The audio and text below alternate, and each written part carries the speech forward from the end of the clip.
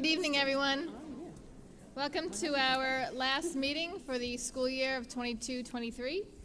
I'd like to ask everyone to please stand for a salute to the flag and remain standing for a moment of silence for the mother of Elaine Gianni. I pledge allegiance to the flag of the United States of America and to the republic for which it stands, one nation, under God, indivisible, with liberty and justice for all.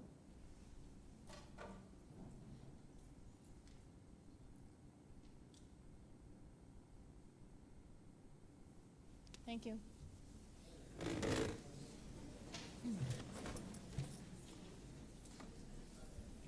Okay, we'll start with our agenda. Item D, approval of minutes for May 4th, 16th, and June 1st. Item E, acknowledgement and acceptance of financial reports and budget transfers as printed. And item F, communications to the Board of Education. Communications were received from Mark Mihalik, Gina Deignan, Steve Lapolis, Jeff Sims, Marilyn Rich, Julie Raffio, Bob Nicolai, Diane Calabrese, Daniel Corey, Louise Radzicki, Leslie Valino, Charlene Spinelli, Dawn Conlon, Mary Ellen Humphrey, and Susan Idle-Bush. Do I have a motion? Move. Second? Second. All in favor? Aye. Okay, and item G, superintendent's report. I'll turn the mic over to Mr. McNamara. Great, thank you, Ms. Reich. Wow, it's loud tonight. All right. Welcome, everyone. Thank you for being here tonight. We appreciate taking the time. As we do each meeting, like to start with some nice recognition of all the wonderful things going on around our district. So we have two groups here tonight. We're going to start with our some members from our music program, our wind ensemble. We thank them for taking the time for being here tonight. Mr. Aviles is here, and I just want to recognize the outstanding work that he does with our students each and every day. We are so fortunate to have such talented members of our staff that are so invested in their program and give so much to our students. And this year, our wind ensemble, as he continues to push and challenge them, just does absolutely amazing things. The level of the pieces that they are able to accomplish each year just becomes more and more impressive. And the opportunities that Mr. Aviles provides for our students is truly tremendous. The outside conductor that they worked with this year and commissioned a piece for our students, I had an opportunity to sit in on that event for just about a half-hour window, and I couldn't believe the quality of the instruction our students were receiving, and the feedback that they were getting, and just how much they accomplished in the short time that I was there.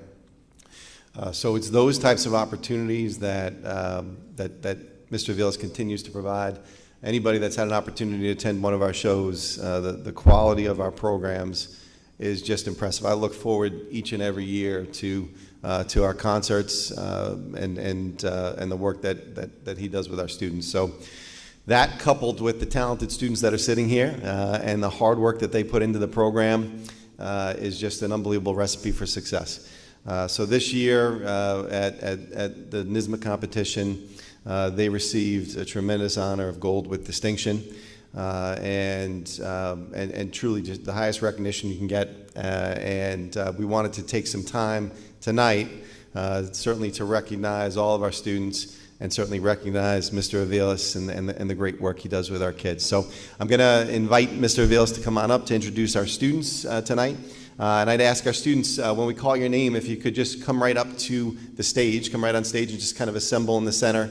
We're going to take a picture of you, a group photo, and then we have certificates that we'll present to you, but we're going to present them out in the lobby after the group picture. So that's the way we'll go through it tonight. So thank you for being here. I also recognize that there is a chemistry regions tomorrow that many of you are cramming for right now.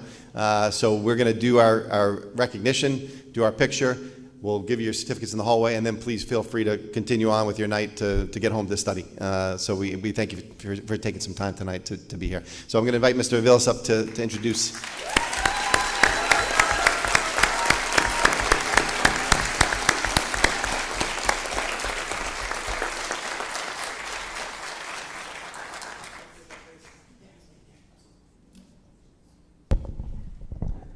Sorry, I feel a little strange giving you my back, so I'm going to turn around here. I'm going to first announce the students that are being recognized, but before I do that, I just want to thank you, Mr. McNamara, for the kind words. I really do appreciate it. And thank you all for giving us this wonderful opportunity to recognize our very talented band. So the way I want to do it is like a rock concert by instrument. So you can applaud all you want if you want. But we're going to start with the high woodwind. So on flute, we have Olivia Belling, Ashley Favada, Kylie Masterson, Skylar Mondelli, and Olivia Scherer.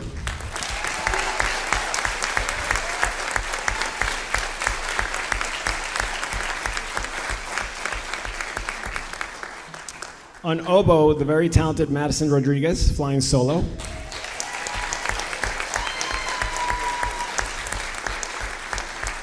Our clarinet players, Siobhan Finn, Lorenzo Hilliard, Kelly Hines, Jamie Lynn Karatke, and Melissa Lento.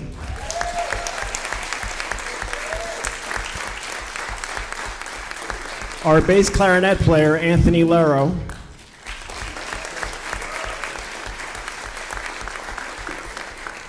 Next are our saxophone players. On alto sax, Natasha Magar and Shane Russo. On tenor sax, Charles Albano. And the biggest sax of all, on bari sax, Matthew Silverman. He's got the right height for that instrument. Our very talented trumpet players, Jaden Diaz, Ashley Figarino, Tyler Gershengoren, Catherine Hennessy, Ryan Horowitz, Emma Nicholas, and Brendan O'Callahan.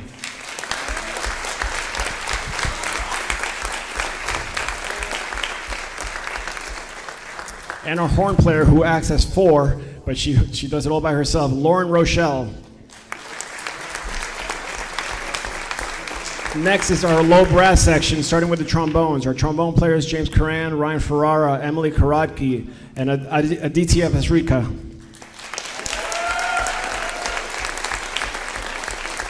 Our baritone players, Evan Thole and Kendall Kope. And holding down the bottom, Alex Como and Lance Lohman.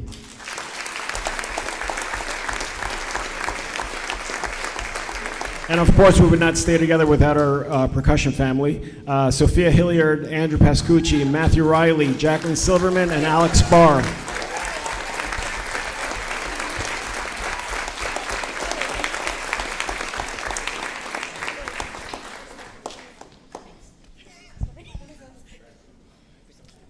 And if it's okay, I'd like to say just a few words. Mr. McNamara already said a lot of the things that I was going to say. But I do want to say that this year is a special year. I've been saying this at concerts. This is considered our first normal year. Getting out of what I call the COVID dip was very, very challenging for us. And, this group definitely stepped up to the plate and far exceeded the expectations that I, put forth in the beginning of the year. So I'm so proud of this group for all they've accomplished. My wife, Carolyn, who's sitting right here, hi babe.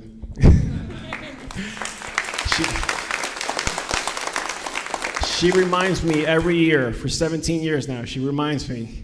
She says, the kids are going to pull through. Don't you worry, they're going to pull through. And whenever I have doubts, I have to remember that advice. But this year was particularly important because it was a very, very difficult year to get the band up to that very high level. So thank you to my wife for always keeping me grounded.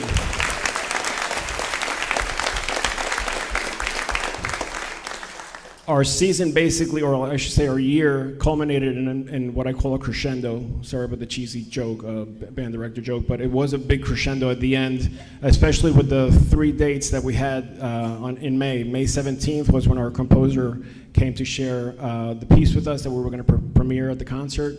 The 18th was the night of our concert, and we premiered our piece, which we're very excited about, and they did a stellar job at the concert. And then that next morning, we were at Mineola High School having our adjudication for NISMA majors, which, like Mr. McNamara said, we received a perfect score, gold with distinction. So it was a true crescendo up to the top.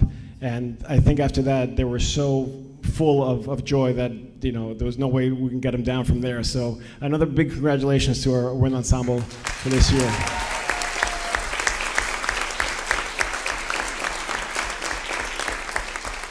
I'm truly proud of you guys, and I'll remember this forever. Thank you for doing such an awesome job this year. Love you guys.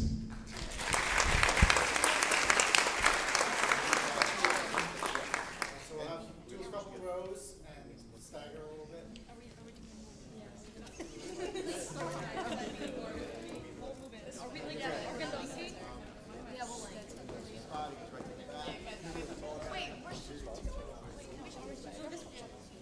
It's just right there. Try to avoid being in that spot where like the light is.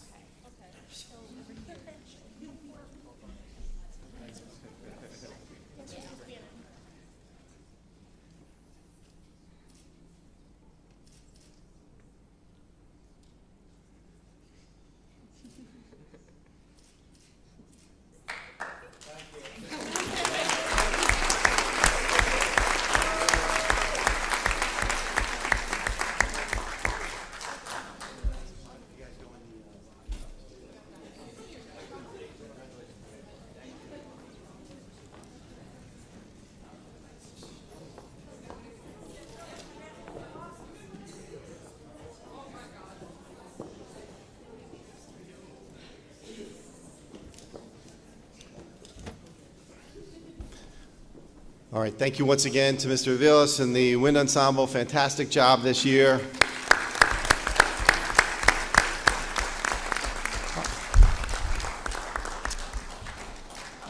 All right, we also have with us tonight, I want to thank all of our all-county athletes for joining us this evening.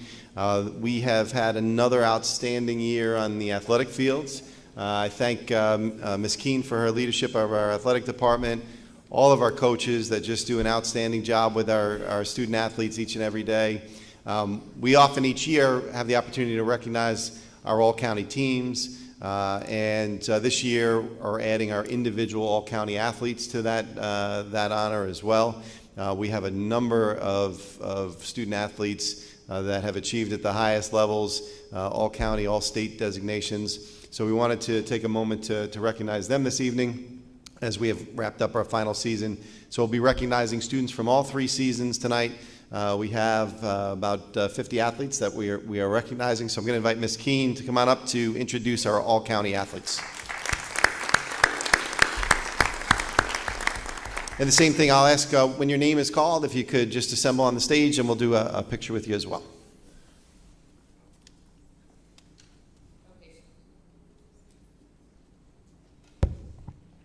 Okay, so these are in no particular order. Girls volleyball, Alexandra Beck and Sadie Reach.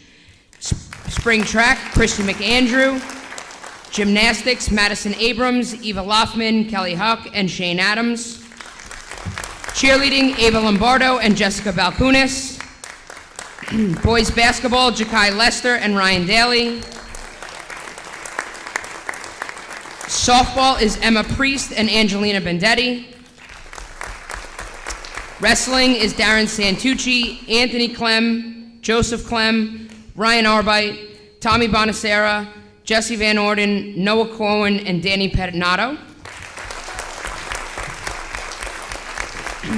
Winter track is Kristen McAndrew. Cross country is Catherine Killian, Owen Stacklick, Ian Frazier, and RJ Miller. Girls lacrosse is Madison Alamo, Julia Nicholson, and Catherine Killian, with also Bridget Smith and Olivia Nicholson. Boys lacrosse is Danny Facen, Will Greaves, Jake Martini, Anthony Sakos. Football, Nick Capelli, Anthony Sakos, Anthony Reale, and Jake Martini. Baseball, Timothy Hennig and AJ Barty. Girls soccer, Madison Alamo, Talia Valdez. And boys soccer, Kevin Kramer. Apparently they're all home studying for the Chem Regents.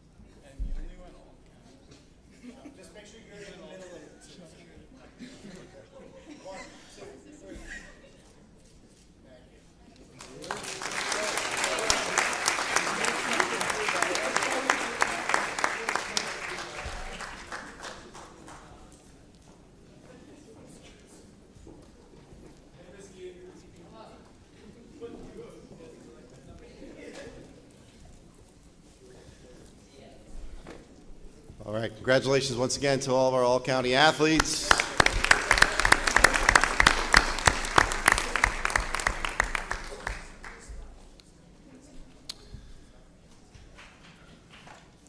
All right.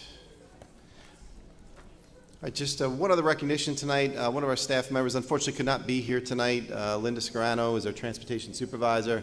She's retiring after 15 years in the district. Linda has done a great job with our transportation, taking care of all the busing needs for our students for a great period of time here. We want to wish her all the best in her retirement, so congratulations to Linda Scarano.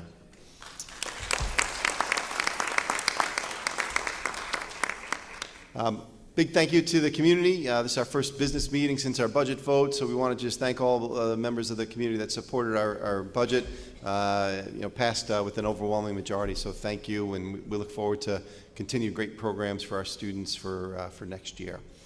A couple of introductions I'd like to make tonight. We had at our last planning session had the privilege of approving a new appointment, a new administrative appointment for us in the district. We have a new principal of Forest Lake Elementary School. He's here with us tonight, and it's Mr. Thomas Burke, so I'd like to officially welcome him to the district.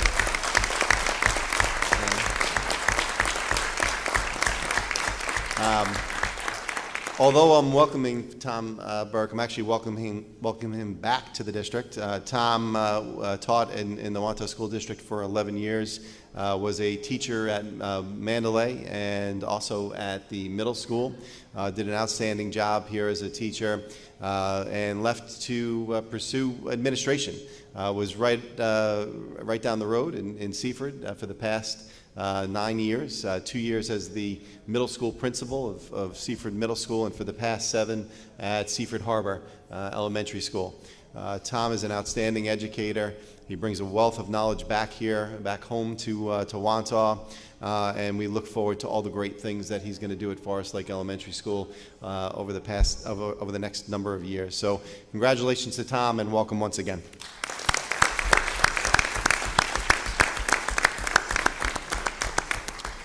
Also, a little bit later on in our agenda, we're going to be, the board is going to be making a motion to approve a new contract with the members of the WUT. And I just wanted to take a moment before they do to recognize the negotiations team and Rich Calavita from the WUT. I want to thank them for their participation in the process. We started meeting several months ago. And the dedicated professionals that were committed to that process really worked in partnership with the district to really achieve what I believe is a really good result.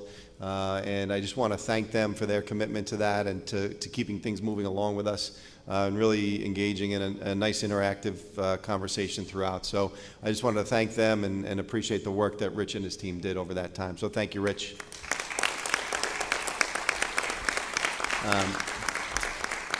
And then lastly for me, we're going to be approving, I know some of them are here this evening, some of our new teacher hires as well. We have a number of them present tonight, so I just wanted to take a moment to introduce them to our community. We have Laura Carlson is going to be a new guidance counselor with us at the high school, so welcome and congratulations to Laura. Laura Dubois, one of our art teachers. She'll be at Wantagh High School as an art teacher. We have 3 new elementary teachers that will be at Wantagh Elementary. Grace Hostetter, Kyle Sweezy, and Jillian Leroy. So congratulations to the 3 of them. We have a new orchestra teacher at the elementary level, Michael Vanoni. So welcome to Michael. New science teacher for us, Casey Clark. New home and careers teacher, Alex Valentino. Chris Wasson is our physical education teacher. He's part-time currently. He's going to be moving into a full-time position for next year, and he'll be working at Wantagh Elementary School, so congratulations to Chris. Jeanette Peruca will be joining us as a new speech teacher. Anna Gagliano as a special education teacher. And Christina Soletic, a new math teacher at Wantagh Middle School. So congratulations to all of our new appointments and welcome to Wantagh.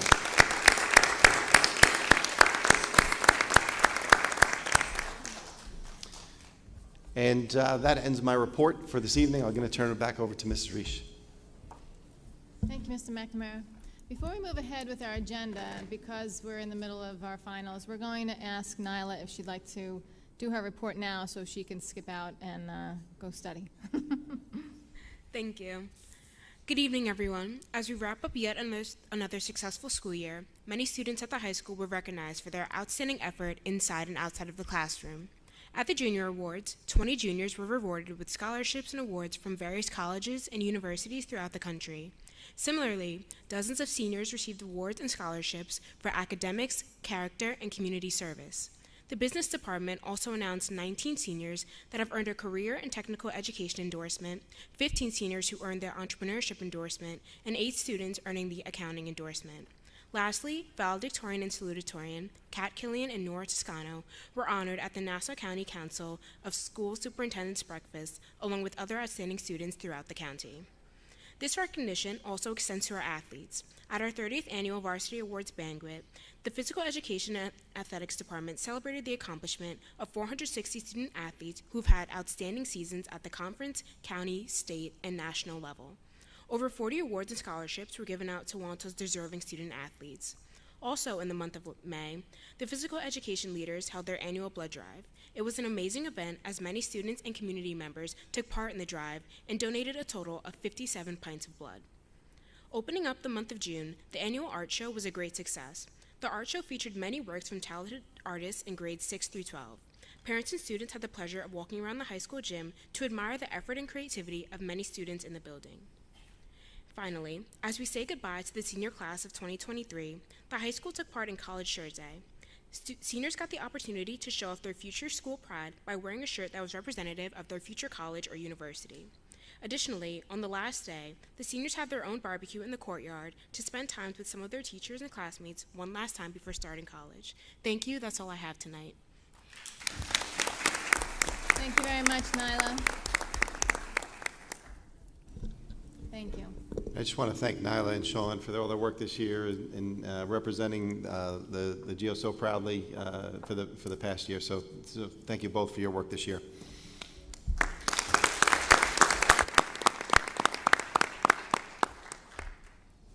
Okay, and again, before we go forward with the agenda, I just have another statement to read this month.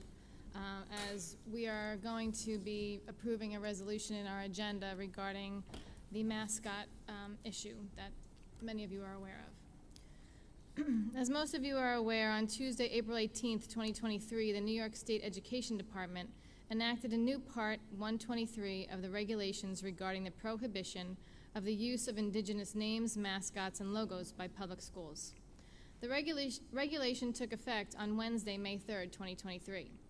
It states that no public school in the state of New York may utilize or display an indigenous name, logo, or mascot other than for purposes of classroom instruction. As a result of this new regulation, the Wantagh School District is one of the approximately 60 school districts in New York State that is impacted. The current nickname of our school is Warriors, and the logo includes a representation of a Native American figure. As a Board of Education, we understand that the current logo may be offensive to Indigenous people and that a change needs to be made. We do not want to offend anyone with our logo and will have a process in place to have it updated. The district will be removing the Indigenous logo and imagery over the next 2 years as required by the regulation. A committee of various stakeholders will be recommending new imagery to replace the Indigenous imagery currently in place. However, we believe that the district's Warriors name is not in violation of the new regulation that was established by the Board of Regents, and for the past several months, the district has engaged in conversation with the State Education Department about this. At this time, the response from New York State Education Department continues to be that if the Warriors name is a vestige of a Native American logo, it can no longer be used. As a Board of Education, we continue to believe that we can successfully rebrand the Warriors name, a name that our community takes pride in, and at the same time, this will allow the district to mitigate some of the significant costs involved in this unfunded mandate. During the past several months, in addition to discussions with the State Education Department, the Board of Education has consulted with legal counsel on multiple occasions. We have also consulted with other school districts that use the Warrior name. As this is the last Board of Education business meeting for the school year, the board is forced tonight to pass a resolution regarding the mascot regulation. The regulation requires action by June 30th, 2023. The resolution the board will be voting on tonight states that the board will follow the mascot regulation. However, it also states that should the mascot regulation be repealed and or determined to be unenforceable by the Commissioner of Education and or any court of competent jurisdiction, the Board of Education will immediately reinstate the Warrior team name and authorize its usage in a manner unconnected with any Indigenous imagery. This effectively reserves the board's right to pursue a legal challenge. If conversations with the State of Education Department continue to stall, the board will need to make a determination as to the best way to proceed. We will be reaching out to community members to ask their thoughts on pursuing a legal challenge to this NYSED regulation. Fighting this issue with the state, however, may ultimately prove futile. NYSED has made it clear that there are no longer any avenues for exceptions. The district must comply or it must engage with the state in a potentially lengthy and expensive legal process. And while our consideration of partnering with other Long Island districts that find themselves in a similar situation might somewhat mitigate that expense, both our legal counsel and special outside counsel have indicated costs could run into the tens of thousands of dollars with a limited chance for success. We will continue to keep you updated as we move ahead. And just to clarify, this regulation allows us 2 years, next year and the following school year, so by the end of 2025 is when we would need to remove all the imagery and the name. We aren't looking to remove the name at this time, so pending any determination that we are hoping to receive, we don't plan on taking steps to remove the name until we are told 100% that we need to. So just to know that although we're passing this resolution, it's still giving us the rights to keep the name until we are told we cannot do so. Okay, on to our agenda.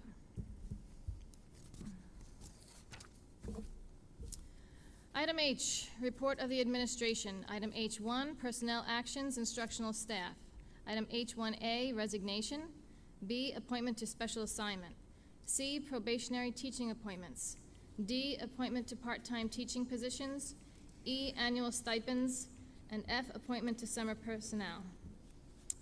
Do I have a motion? Second? Second. All in favor? Aye. Item H1G, request for leaves of absence.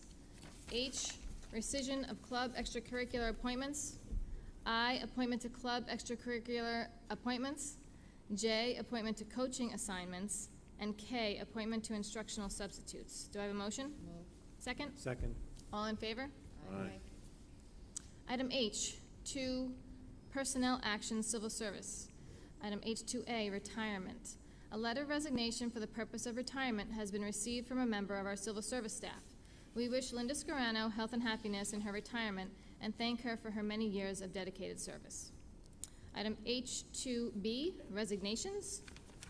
C, requests for leave of absence. D, appointment of civil service personnel.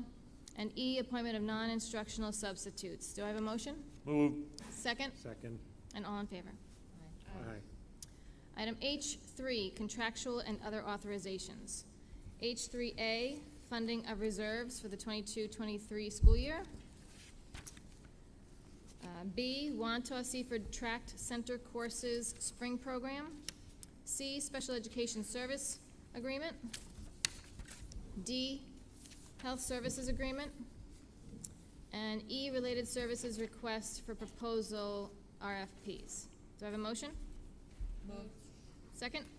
Second. All in favor? Aye. Item H3F, Related Services Agreements. G, Special Education Tuition Agreements. H, Facilities Use Agreement. I, Fire Alarm Services. J, Omni Group Service Agreement Renewal.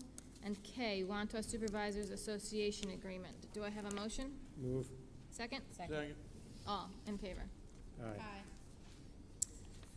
Aye. Item 3L, Memorandum of Agreement. M, Memorandum of Agreement, CSEA. N, RFP for External Audit Services. O, RFP for Internal Audit Services. P, RFP for Claims Audit Services. And Q, 2023-24 Real Property Tax Levy. Can I have a motion? Move. Second? Second. All in favor? Aye. Item H3R, Acceptance of Internal Report. S, Centco bid. T, Increase in school meal prices.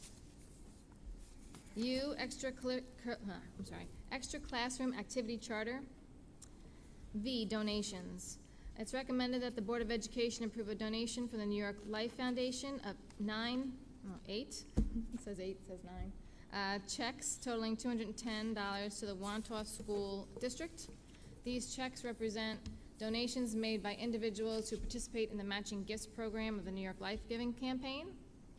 That we accept and approve a donation from John's Crazy Socks of $192.98 for the Pupil Personnel Services Life Skills Department, and that we approve 2 donations from the Mandalay Elementary School PTA of $577.80 and $609 for the 5th grade field trips on May 12th and May 15th. The district appreciates and is thankful for these donations. Do I have a motion? Move. Second? Second. All in favor? Aye. Item H3W, budget increase. X, disposal of obsolete books. Y, terms of employment. Z, salaries for non-represented employees. AA, transportation agreements. BB, 612 association license agreement. CC, destruction of ballots. Do I have a motion? Move. Second? Second. All in favor? Aye. Item I is unfinished business. There is none. Item J, new business. J1, approval of committees on special education and preschool special education recommendations. Item 2, policy revisions. And item 3, New York State Education Mascot Regulation. Do I have a motion? Move. Second? Second. All in favor? Aye. Can I please have a motion to adjourn? Madam President, I'd like to make a motion to adjourn. Second? Second. All in favor? Aye. Okay, that completes a very lengthy agenda. We're going to move to our reports from our groups. Anyone here from the Foundation for Educational Excellence? No? How about Forest Lake PTA? Mandalay PTA? Wantagh Elementary PTA? SEPTA?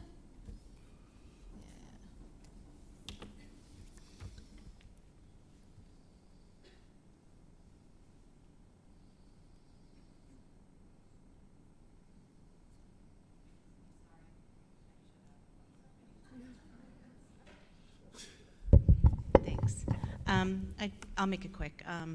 We had a very good year, SEPTA, this year. We were able to award a few grants. We were able to award 12 scholarships this year, which was wonderful. Congratulations to all the winners. We had a wonderful meeting last night. We've had some great speakers this year, and we had a wonderful meeting last night where our Friends of SEPTA Appreciation Awards, where several staff members and community members were honored. It's always the best meeting of the year. We just want to encourage people to consider becoming members next year. Contact us with questions. We have a new board coming on, and they're going to be great new ideas, pushing forward, making changes. Keep keeping in touch with us. Come to our meetings. Check out our website. Look at our social media to get information. And just thanks so much, and have a great summer, everybody.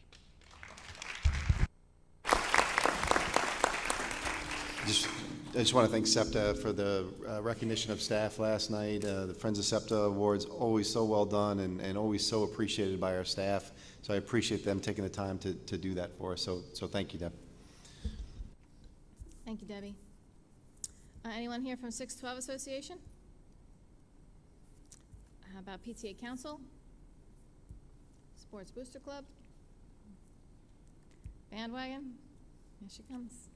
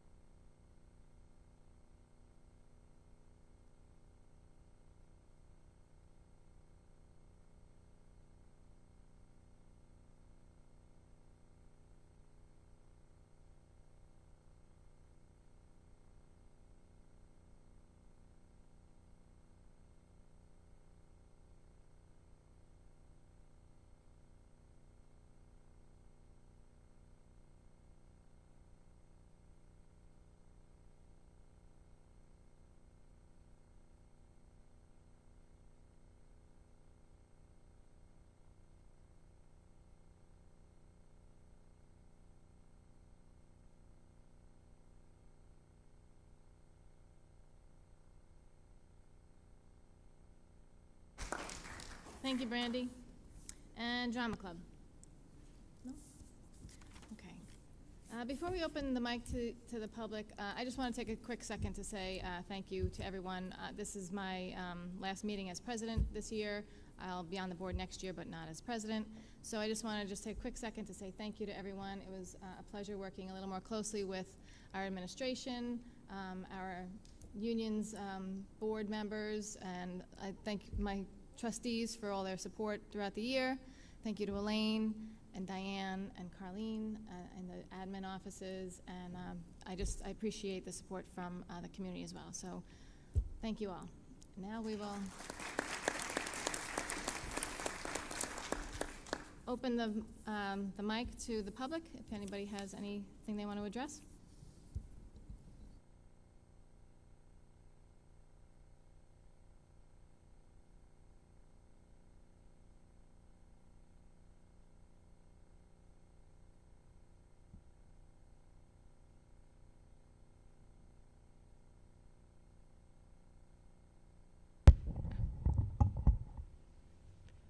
Good evening. My name is Marilyn Rich. First, thank you so much for the update on the mascot. I thought that was very informative and I appreciated the information there. I'm here tonight. I've stood before you many times at these meetings, almost exclusively to defend parental rights. I have never advocated for the removal of a book. I believe in the freedom of speech, freedom of expression, and our rights given to us by the Constitution of the United States. I also believe in protecting my children, which is why I have followed the process to make a formal complaint and request for the removal of the book Fun Home by Allison Bechdel from the high school library. I'd like to express 3 areas of concern. First and foremost, the content graphics of this book. Fun Home is billed as an adult graphic novel and has multiple content warnings that it was not suitable for students under the age of 18. The illustrations are of sexual acts that should not be available or distributed to minors, especially in a school environment. New York State Penal Law Article 235 has various provisions that prohibit the distribution of obscenities to minors. These images in the book are pornographic in nature and fit the definition of obscene as outlined in the New York State Penal Law. The images from this book were actually flagged for violating community standards on Facebook, yet they are available to our children in the library. The father figure, an adult in this book, has sex with minors. Last I checked, that's pedophilia and still a crime. My second concern was the response I received from the Director of Curriculum, Ms. Winans, and I quote, "There are materials in our high school library that are only made available to students upon request after they have demonstrated their understanding of the context of the material and meet the level of maturity required," end quote. I'm not sure who's giving you the right to determine the maturity of my children. My husband and I are the only 2 adults that can determine that.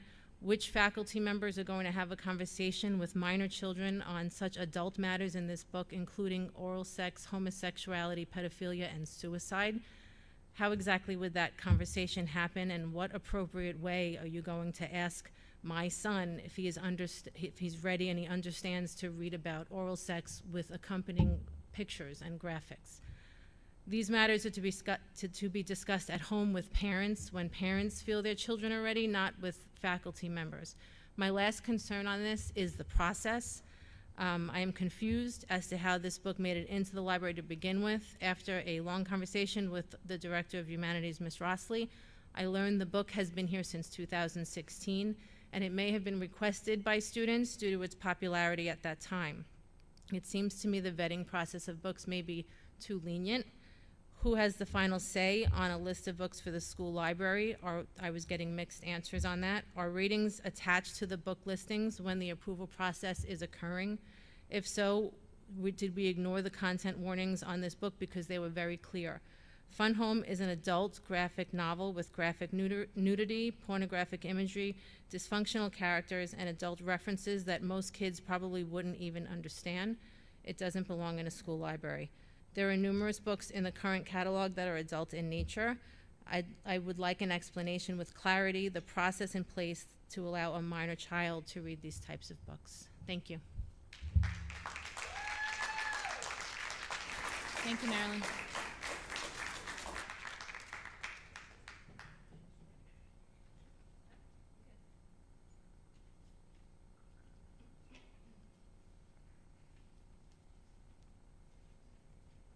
Good evening. My name is Christina Nicoletti.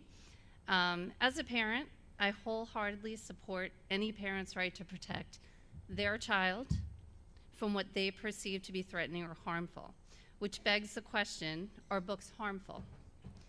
Studies have shown that children who read for pleasure are likely to do significantly better in school than their peers who rarely read. Studies demonstrate that pleasure reading is linked to increased cognitive progress over time. The research on student-selected reading is robust and conclusive. Students read more, understand more, and are more likely to continue reading when they have the opportunity to choose what they read. And as essential aspect of becoming a real reader is knowing yourself as a reader, made possible through wide reading, driven by access to abundant books and personal choice. According to a 2007 National Endowment for the Arts study, nearly half of all 18 to 24-year-olds read no books for pleasure. Fewer than 1/3 of 13-year-olds read daily. Teens and young adults spend 60% less time on voluntary reading than the average. Studies also show that reading increases empathy. In 2006, a study was published that drew a strong connection between reading fiction and better performance on widely used empathy and social acumen tests. For example, a 2014 study showed that elementary school and high school students in Italy and the United Kingdom became more empathetic toward immigrants, refugees, and gay and lesbian people after reading Harry Potter. In their work, the researchers explained that the world of Harry Potter is characterized by strict social hierarchies and resulting prejudices with obvious parallels with our society. People without magical powers are discriminated against in the series, for instance. I think the many benefits of reading, and specifically book choice, are well established. Let me start by saying also that librarians don't pick books willy-nilly. We get, and clearly I'm speaking from experience, a budget.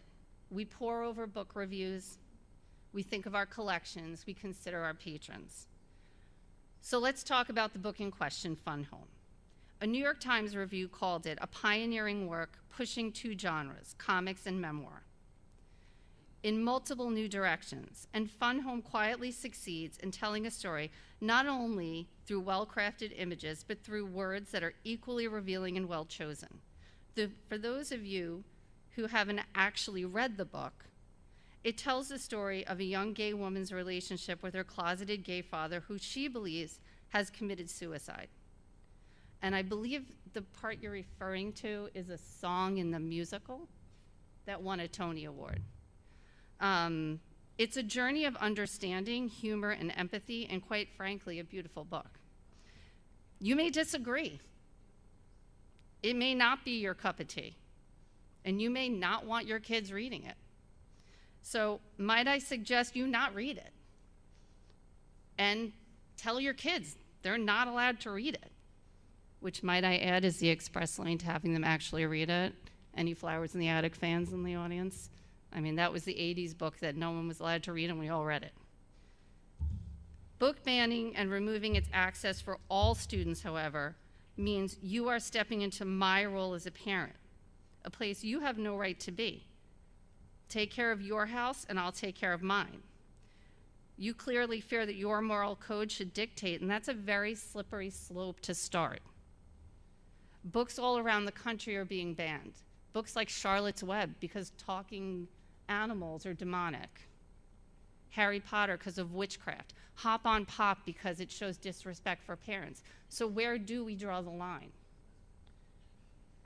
Did you just say lesbians? Did someone yell that out from the audience? Okay. Excuse me, sir. Please don't interrupt. Thank you. And therein lies the problem.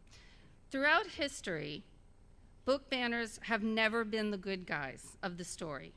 You can't suppress free thought no matter how hard you try. And the people leading the book banning tend not to be the readers. And their kids, I'd be willing to bet, most likely haven't ever checked out a book from the high school library. Why am I so confident about this? Because readers don't ban books. We abandon books when they stink. I mean, I'm not a Colleen Hoover fan, but if you like it, read it. I don't care. We don't prevent others from enjoying them, because reading is awesome. It provides mirrors and windows to see into other worlds and experiences, and mirrors that reflect our own experiences, and perhaps make us feel less alone. Everyone deserves to see themselves represented. Are there sexually explicit books in the high school library? Yeah, probably, quite a few. Because it's part of the human experience. I'm less concerned about what young adults may or may not be reading about, and more concerned about what they're actually doing. Instead of clutching our pearls about a book on a library shelf, let's keep on top of our kids' social media, because that's what's concerning to me. Trust me. If Funhouse allows even one gay student to feel represented in our school, then I say it stays, because the library is for everyone. And quite frankly, I don't need you protecting my kids from a book. My kids need protection from intolerance and ignorance. Thank you for your time.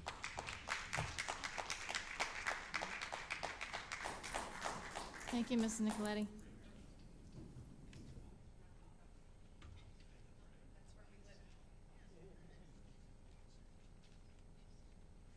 Hi, my name is Belinda Rodriguez. Wasn't planning on saying anything today, but this is absolutely ridiculous in my opinion. Any book banned for any reason takes the opportunity from my child to read it. If there's a book that I don't want my daughter or son to read, whether it's in Forest Lake's library, the high school's library, guess what? I parent my child at my house and tell them, do not take out this book. We have discussions to talk about what's going on in society, in the past, and if there is something I don't want my kids to be involved with or to read, I will parent them. That's my job. We're talking about rights of parents, but I should allow you to take books out of a library that takes the right from me to allow my child to read it. And the fact that someone in this meeting would yell out lesbians, like that's such a horrible thing that their child shouldn't be exposed to, therein lies the problem in this community. Everyone should be accepted for who they are and should have the right to be represented, whether it's on a Wantagh sports team, a Wantagh club, and a book in a library. So shame on you. And that's all I have to say. I should be able to parent my child the same way they can parent theirs. Thanks. Thank you, Ms. Rodriguez.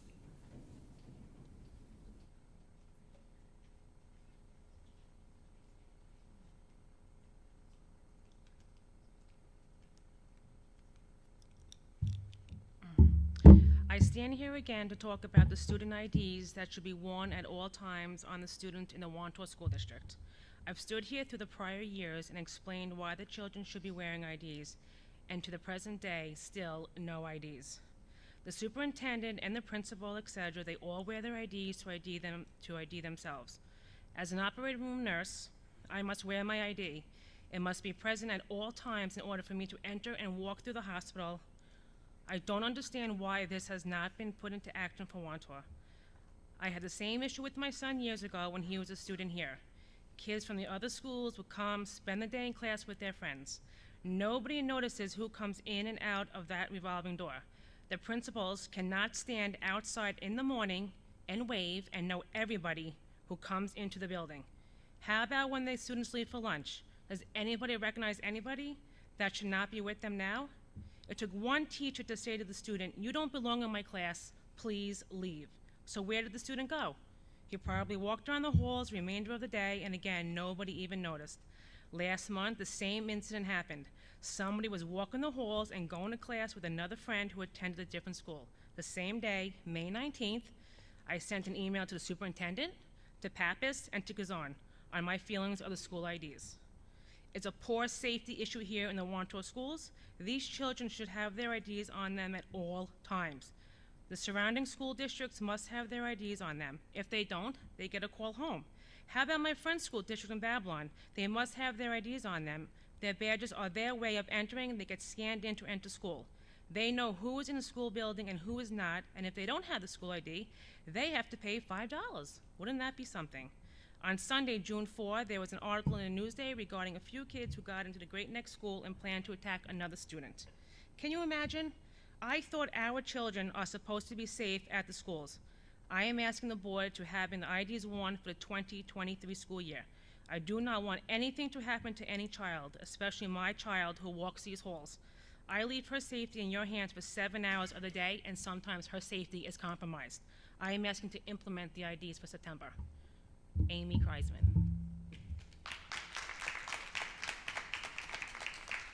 Thank you.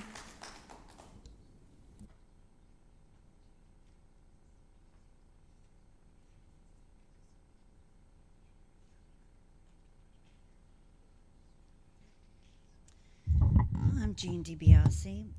I think it's important that everyone has rights. And what I also think is the kids in the school, some of them graduate at 17. This book was for 18 and up. I actually did a search, about 30 books. I was dumbfounded at what I saw. And there were were stated they were for adults. They all should be out. I'm all happy with what that woman stated, that they should read the books if they would like to. Go to the public library, not in the school.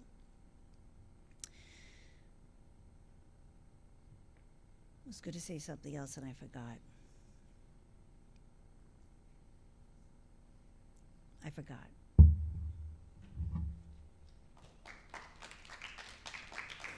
Thank you, Mr. Biasi. Hi, I never intended to get up. My name is Leslie Bellino. I graduated from this great institution in 1979. That being said, my only issue with this book is that it's for not for minors. And 87% of your kids here, 87.5, are minors, okay? 4 years, 9th, 10th, and 11th, they're all under 18. Half of your kids in 12th grade are under 18. I am one of them. I graduated at 17. And I just want to show you guys.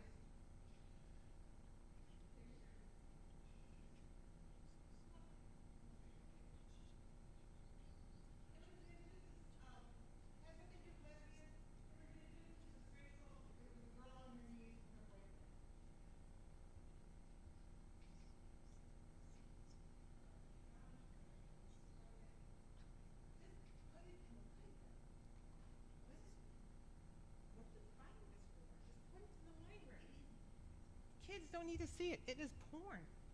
Anyone who's interested. It is porn. It has nothing to do with gay or straight. It could be a girl on her knees. It could be two guys. It doesn't matter. I'm done.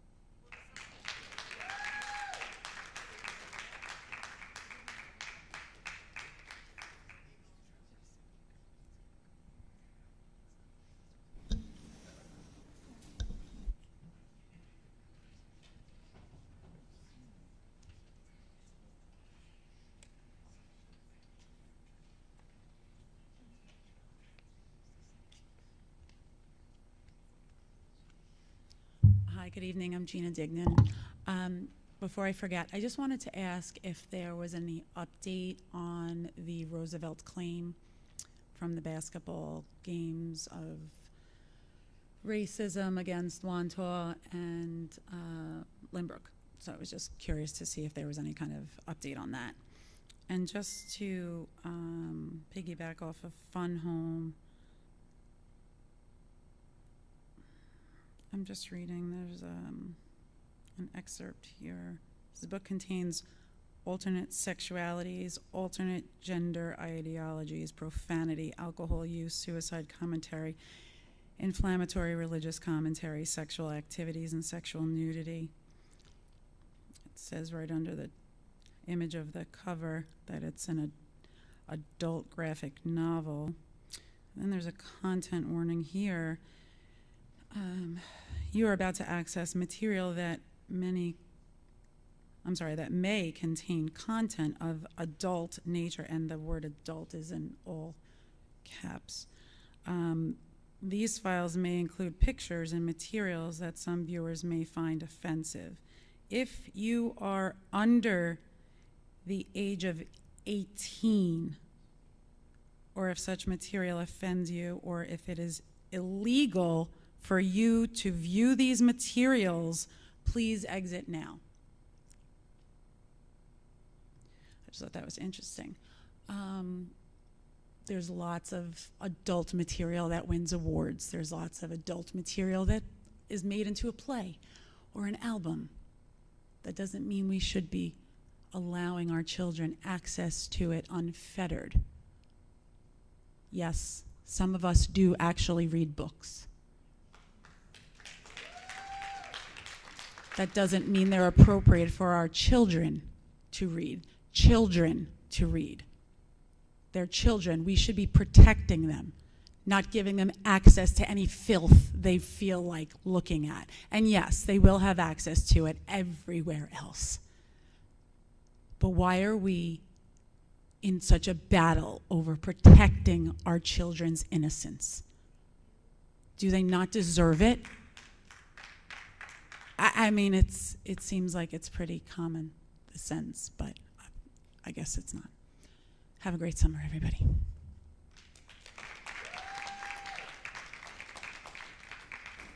Thank you.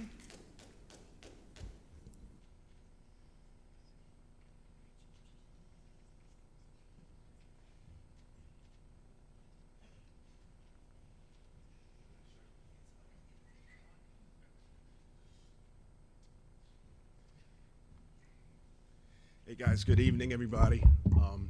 Matt Susko, Wantagh resident alumni. First of all, I just wanted to commend you guys really for your great job you've been doing, especially those of you who volunteer, for the position. I know you guys do a lot that we don't even hear about usually throughout the year that doesn't really make the headlines, but with the mascot issue, it's kind of the gorilla in the room. So like, you really explained it good today, and I'm very confident, and I'm almost pleased in what you're saying. But just remember, it is the gorilla in the room. So just try to go as hard as you can against it, because your tenure is going to be remembered by not this only, but this is the biggie. So if you just fight it, even if you don't win in the end, which you stated, at least people will be like, they did everything they can. With negotiation, if it was me up there, I would fight on both terms, the mascot and the name. But just try to do the best you can. You know what I mean? That's it. Because, since 1956, it's been our mascot. So it's going to be weird in the beginning when we get rid of this and they say, presenting the Wantagh Waves. It's going to be awkward in the beginning. It's going to go on for a while. So if we could keep it in the end, it'll be nice. That's all. The only other thing is, I was supposed to bring the Wantagh Warriors mascot, Chief Wantagh, here last week. We got approved by it. Our state senator, asked to do it. And then when I was on the way here, I got turned around. So I'd like, if possible, if we could bring that mascot to the glass as it was supposed to go to. So I was told that before it made it here, the phrase was used, we don't want to poke the bear, meaning Albany. But I want, we have to poke the bear if we tell them that we don't approve of this. So maybe that could make it there, even if we lose this mascot, God forbid, at least to educate the kids on what, our history is all about here. But other than that, thanks so much. I appreciate it. Thank you.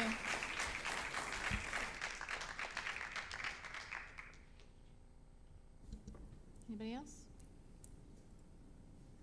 Okay. Thank you, everyone. All right, seeing no one else, we'll close the public comment period.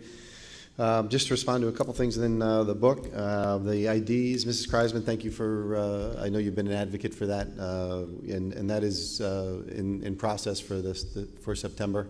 Part of the budget that was approved was one of that is a new security initiative.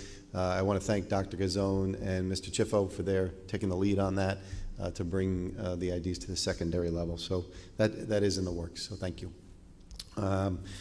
As far as the mascot issue goes, Mr. Susko, I think the statement kind of encapsulates that, and we appreciate you sharing your opinion on that. And then as far as books go, some of the questions that came up, we did have several requests in terms of complaints about the book Fun Home, and that review of that title is underway. So there's two parts to that. One is a question was asked about what's the process for book approval. We'll share a little bit about that. And part two to that was what's the process once a complaint is made about a resource that's in a library. So I'll let Mrs. Winan share a little bit about those two items for you. Good evening, everybody. The Board of Education has policies that govern the selection of library materials, Policy 4513, and to manage complaints about library materials, Policy 1420-R. Material selection process. New material selection. The district utilizes multiple journals and online databases backed by the American Library Association. These include Book List, Horn Book List, School Library Journal, and Kirkus Review.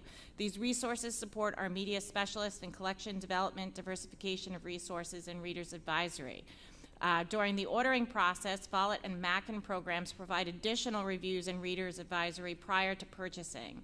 Our library media specialists participate in 6 consortium meetings facilitated by NASA BOCES. Consortium members include library media specialists from around the county.